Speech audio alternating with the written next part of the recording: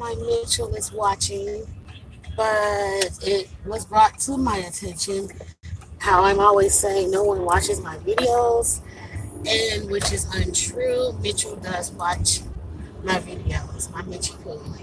So I just want to say, yes, my Mitchell Cool watches my videos. Uh, and possibly my cousin here and there, but no one else really, in the end, it's alright.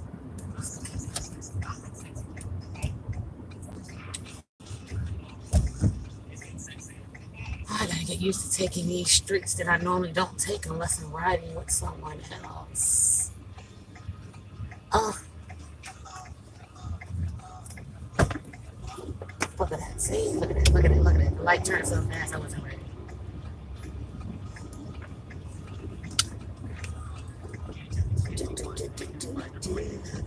Alright, there we go. A little bit more ready than what I was before. So,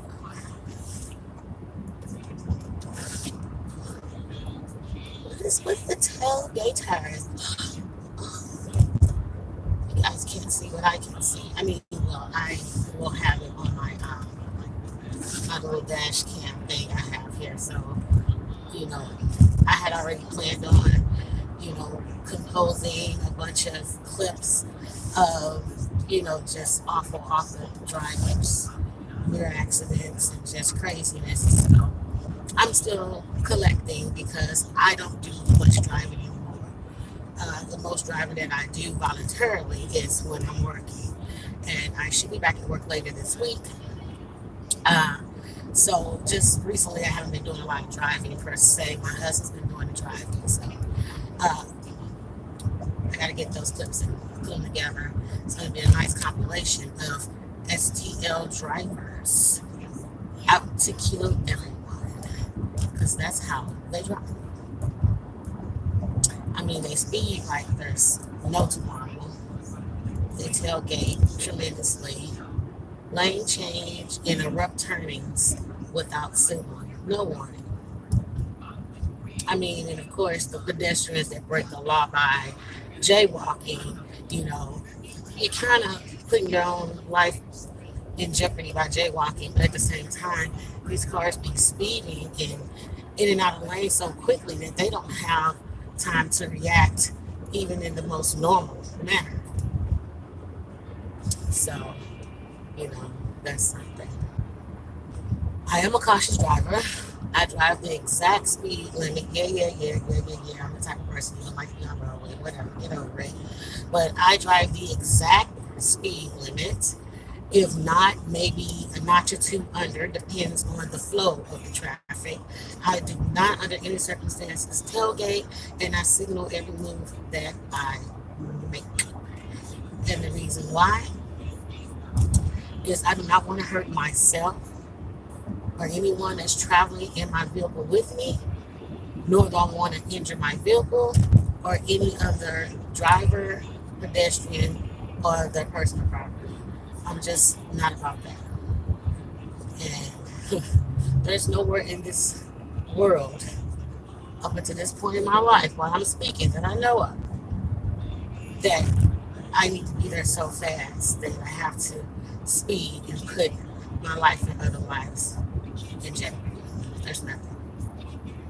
So, like I said, hey, I'm probably that one driver that you be cursing out sometime. Like I said, I do not speed. I do the exact speed limit, and it just depends on the flow of traffic. And by that, I mean if the lane in front of me is just compacted with tailgaters, then I'm not going to do the correct speed. I'm not going to go 35 or 40. I'm going to drop back to like 38, 33, giving myself that additional time to brake because of these a-hole tailgaters. I gained so much weight not being at work. We're supposed to drown.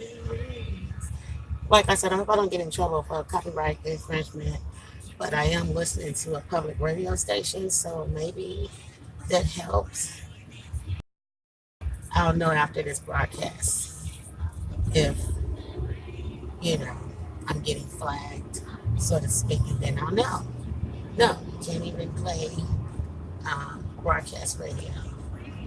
So, beta mode, freaking infections. And no, I didn't know about that pothole because I don't travel this road often. But I'm mapping everything because I love knowing where all those imperfections in the road is so I can avoid them.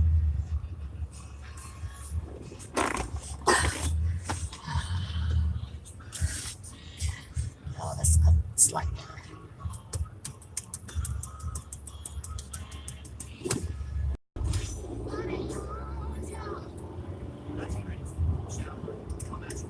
Just my neighbor a little bit better.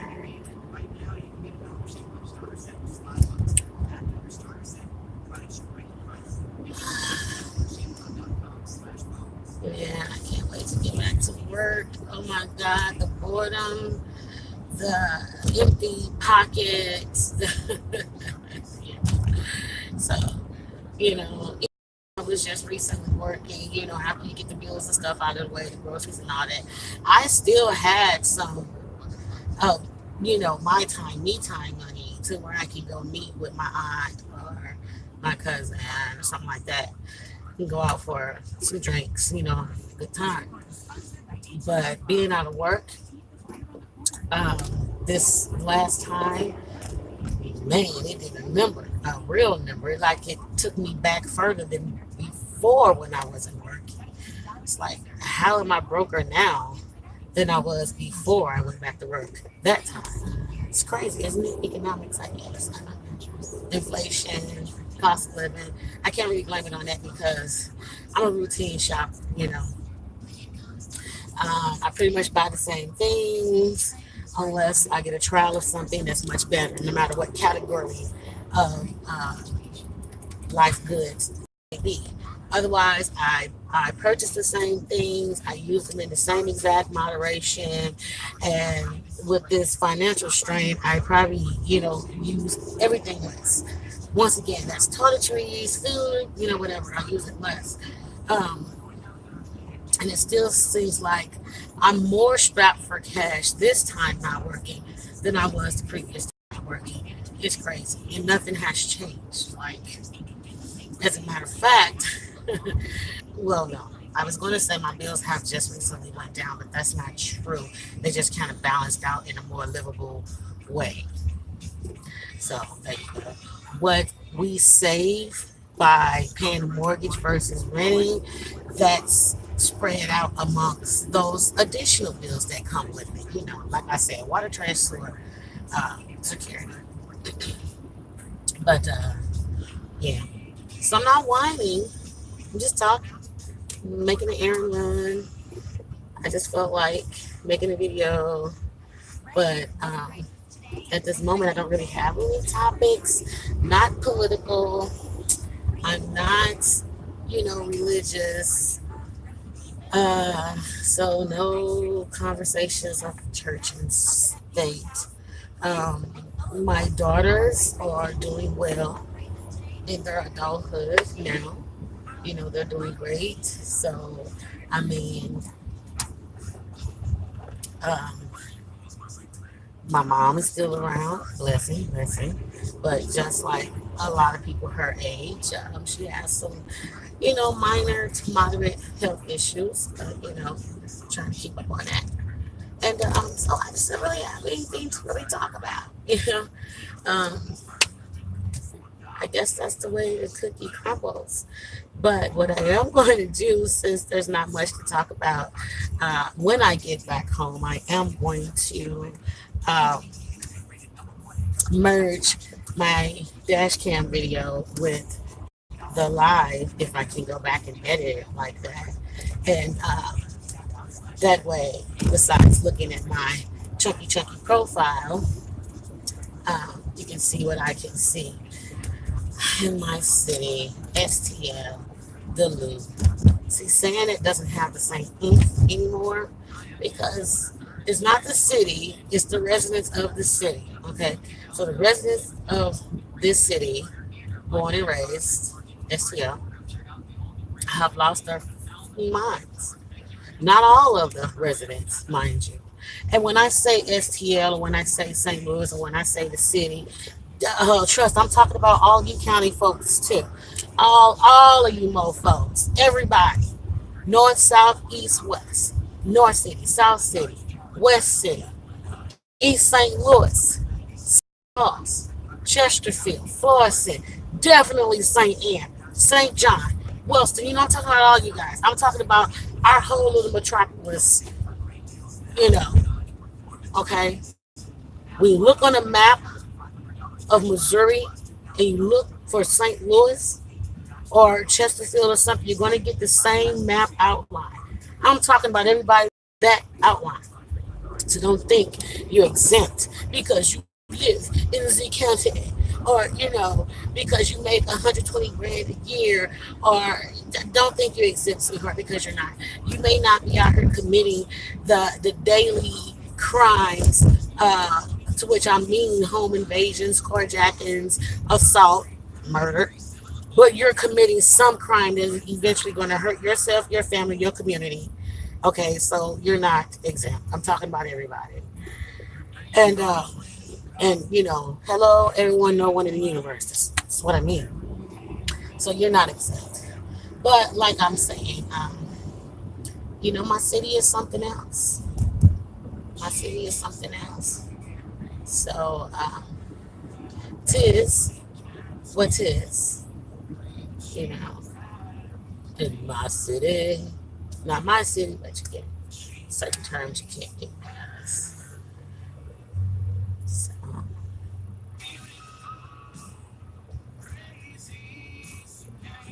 just looking at this chocolate dude, chocolate and dark chocolate. Oh, this looks so good on us. It does. I mean, it just like it. Other shades look just as beautiful on us. It's just that me growing up, we didn't celebrate those chocolate skin tones. We didn't. Everybody was an African booty scratcher. They was blue black, um, burnt tar, um, volcanic ash, mud. Um, yeah, blurple. If I didn't say that one. I'm not finna sit here and pretend like I was a good two shoes and that I didn't, call out people for their skin shade and things like that, because I did. I was a kid. And I'm not talking about a teenager or young adult. No, I mean, as a kid, I did those things. But not to justify. I was a kid. I got called out. I sucked my thumb. I got called out for that. I was pretty intelligent, pretty smart. So I got called a smart aleck all the time. Um, I used to be able to sing vocal wise. I had great vocals, great sound, great harmony, and all of that. Not so much anymore. But, and believe it or not, I actually used to get made fun of for that. And so I used to get made fun of for being the only girl, for having six brothers. Can you believe that? Who makes fun of somebody for that? Yeah. So, everybody got picked on. I wouldn't call it bullying, at least not back then. But I think what we classify as bullying now has amplified and become more intense because we are so focused on it. Now, don't get me wrong. Yes, bullying needs to be addressed. It needs to be dealt with. People need to be punished and all of those things. But that's not what I'm saying. I'm saying is, if every time a child is bullied, they make a video, or the parent make a video and uploads it to social media, this that sort of thing. And no offense, bullying is bad, but what I mean is, if she to school with stripes and polka dots, and they were just picking at her for having on stripes and polka dots, I'm sorry, unless her skin is striped with also polka dots, I don't see how that could possibly traumatize the person. you know. Now, however, if all she had was three sets of clothing, stripes and polka dots, and she wore those routinely, and then she was being picked at or bullied, made fun of, then that itself should be It can be traumatizing because she only has 3 sets of clothing, and it's apparent, it's known and obvious to those children that are picking at her or him and making fun. So yeah, so there's just different levels, in my opinion, to bullying, and I feel that if people didn't call so much attention in the way that they do, because if that actually happened to a kid and it's just because it was her style choice for the day, I mean, she has more clothing than you do, but they picked on her just that day for her crazy stripes and her crazy polka dots, and she goes home and she's making a big deal out of it, and she's making a video and she's posting to social media, and she got her mom and her dad and next door neighbor and grandma involved, and they're calling the councilmen, the aldermen, and all that stuff, and you got to ask yourself why, because she wore stripes and polka dots and she did not pull it off. Oh, and by the way, she's 12. Okay, so something like that, I do not understand why we put such an emphasis on it. Why we're stopping the nation so they can take a look at what just happened to, their little angel. Now, however, the severity of bullying, the severe kind, I say severity incorrectly, but what I consider to be bullying is the taunting, something that actually gives emotional stress, turmoil, you know, and if you know a child is being abused at home, physically, mentally, verbally, sexually, but instead of helping, you pick at that child for it.